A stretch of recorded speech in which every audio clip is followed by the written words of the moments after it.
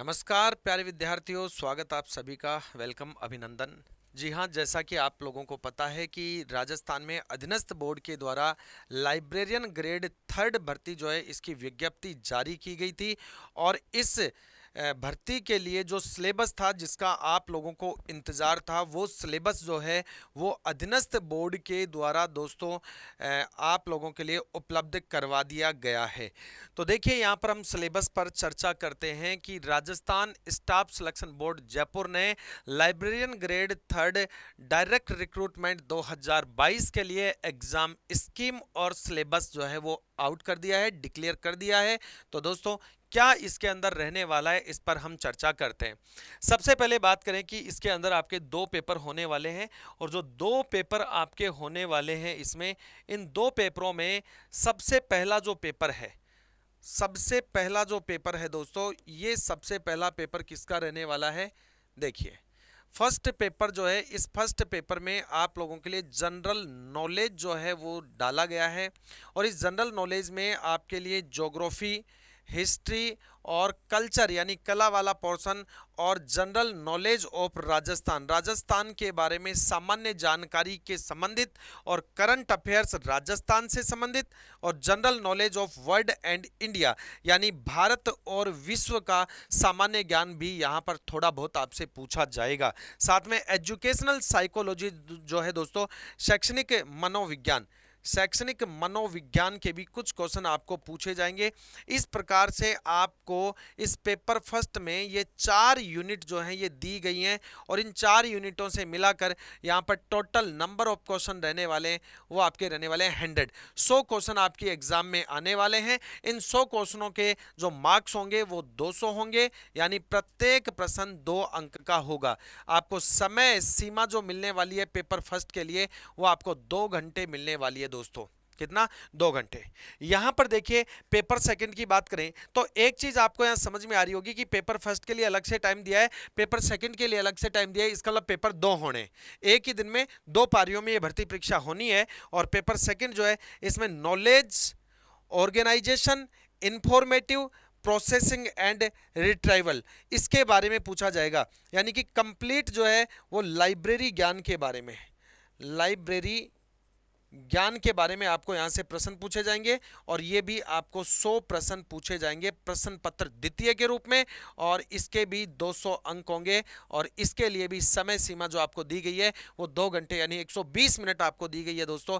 ऐसे मिलाकर टोटल दोनों पेपर जो है वो 400 अंक के होंगे। कितने के? 400 अंक के ये दोनों पेपर जो है ये होने वाले हैं। चलिए आगे चलते हैं। अब हम इसमें बात करते हैं, इसमें हम बात करते हैं दोस्तों कि किस तरह से क्या यहां पर रहने वाला है नेगेटिव मार्किंग वगैरह के विषय में। तो question paper will carry 100 question multiple choice, और negative marking shall be applied in the evolution of answer for every wrong answer 1/3 of the marks prescribe for that particular question shall be deducted. यानी प्रत्येक गलत उत्तर के लिए 1/3 अंक जो है वो काटा जाएगा नेगेटिव मार्किंग के रूप में। और यहां पर एक चीज क्लियर कर दी गई है कि the minimum qualification marks for each paper shall be 40% provided that the percentage fixed as above shall be relaxed by 5%, यानी कि 5% for the candidate belong to the scheduled caste and scheduled tribes। यानी कि दोस्तों आप लोगों को यहां पर 40% अंक जो है वो लाना अनिवार्य है। अगर 40% अंक नहीं आते तो आप लोग क्वालिफाई नहीं माने जाएंगे, यानी न्यूनतम इतना आना चाहिए। अगर आप शेड्यूल कास्ट और शेड्यूल ट्राइब से हैं, SC ST से बिलोंग करते हैं, तो आपको 5% अंकों में रिलैक्सेशन दिया जाएगा। यानी ऐसी स्थिति में आपके 35% जो है 35% आपके मार्क्स आने चाहिए। अब सिलेबस पर चर्चा करते हैं कि क्या हमें पढ़ना चाहिए। तो सबसे पहले पेपर फर्स्ट का सिलेबस मैं बता चुका हूं, ज्योग्राफी, हिस्ट्रिकल और कल्चर और general knowledge of Rajasthan, current affairs of Rajasthan, Rajasthan की समसामयिक घटनाओं के बारे में, और इसके साथ general knowledge of world and India, Bharat और विश्व के बारे में सामान्य ज्ञान आपको होना चाहिए। और एजुकेशनल साइकोलॉजी यानी दोस्तों शैक्षणिक मनोविज्ञान के विषय में भी आप लोगों को यहां पर ज्ञान होना चाहिए। यह आपके पेपर फर्स्ट के अंदर जो है वो पूछा जाएगा। ठीक है, फिर बात आती है पेपर सेकंड, जो अहम और महत्वपूर्ण है दोस्तों। इस पेपर सेकंड की हम चर्चा करें तो पेपर सेकंड में यूनिवर्स ऑफ नॉलेज, ज्ञान ब्रह्मांड, एक तरह से ये मतलब हुआ ज्ञान ब्रह्मांड, या ज्ञान आपको होना चाहिए किसके बारे में, पुस्तकालय के बारे में। स्ट्रक्चर एंड एट्रीब्यूट्स के बारे में पूछेगा। Modes of formation of subjects, विषय निर्माण की विधियां, इनके बारे में आपसे प्रश्न पूछेगा। डिफरेंट टाइप ऑफ सब्जेक्ट्स, अलग अलग विषयों के बारे में आपसे बातचीत करेगा।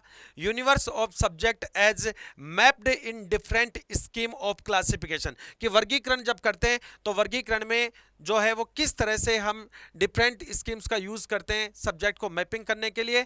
और इसके अलावा यूनिट सेकंड में आपको बिब्लियोग्राफिक डिस्क्रिप्शन पूछेगा। कैटलॉग पर्पस पूछेगा कि कैटलॉग का क्या पर्पस है लाइब्रेरी में। स्ट्रक्चर एंड टाइप पूछेगा कैटलॉग के। Physical forms including OPAC filing rules के बारे में पूछेगा। नॉर्मेटिव प्रिंसिपल ऑफ कैटलॉग के बारे में।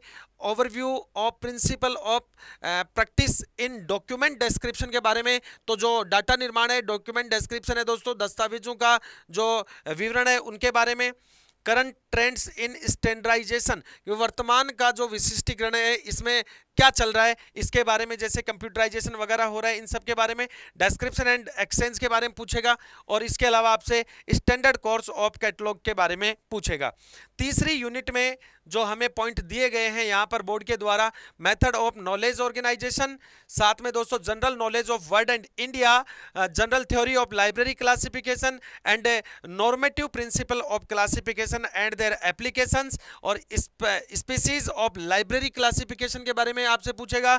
और standard scheme of classification and their feature, CC, EDC और यूडीसी, डीडीसी, इनके बारे में अपने को प्रश्न यहाँ पर पूछेगा। साथ में नोटेशन यानी अंकन के बारे में, क्या नीड है, क्या फंक्शन है, क्या इसके करैक्टरिस्टिक है, इन सब के बारे में बात करेगा। Design and development of scheme library classification जब करते हैं तो इसकी डिजाइन और डेवलपमेंट किस तरह से किया जाता है, किन कोडों को ध्यान में रखते हुए, किन पद्धतियों को अपनाते हुए, कौन सी जो वर्गीकरण पद्धतियां, अंकन पद्धतियां, उनको अपनाते हुए हम ये करने वाले, इनके बारे में। स्टैंडर्ड सब डिवीजन इंडेक्स के बारे में पूछेगा। ट्रेंड इन लाइब्रेरी क्लासिफिकेशन का क्या ट्रेंड चल रहा है, इस विषय में भी आपसे प्रश्न करेगा। और 4 यूनिट आपकी सिलेबस में कंप्लीट दी गई हैं। और जो यूनिट नंबर 4 है, इस यूनिट नंबर 4 में आपसे जो प्रश्न पूछे जाएंगे वो सब्जेक्ट क्लासिफिकेशन, विषय वर्गीकरण से संबंधित, और साथ में एजुकेशनल साइकोलॉजी और प्रिंसिपल ऑफ सब्जेक्ट क्लासिफिकेशन, कि वर्गीकरण के जो प्रिंसिपल हैं, सिद्धांत हैं, क्या हैं, इन सभी बिंदुओं पर आप लोगों से प्रश्न पूछे जाएंगे। ये जो सिलेबस है दोस्तों, ये अधीनस्थ बोर्ड के द्वारा जारी कर दिया गया है। आप अधीनस्थ बोर्ड की आधिकारिक जो वेबसाइट है दोस्तों, ऑफिशियल वेबसाइट है, इस ऑफिशियल वेबसाइट पर जाकर भी आप इस सिलेबस को देख सकते हैं। तो दोस्तों ये थी पुस्तकालय भर्ती के लिए जो सिलेबस और परीक्षा स्कीम जो अधीनस्थ बोर्ड के द्वारा डिक्लेयर की गई है उसकी पूरी सूचना।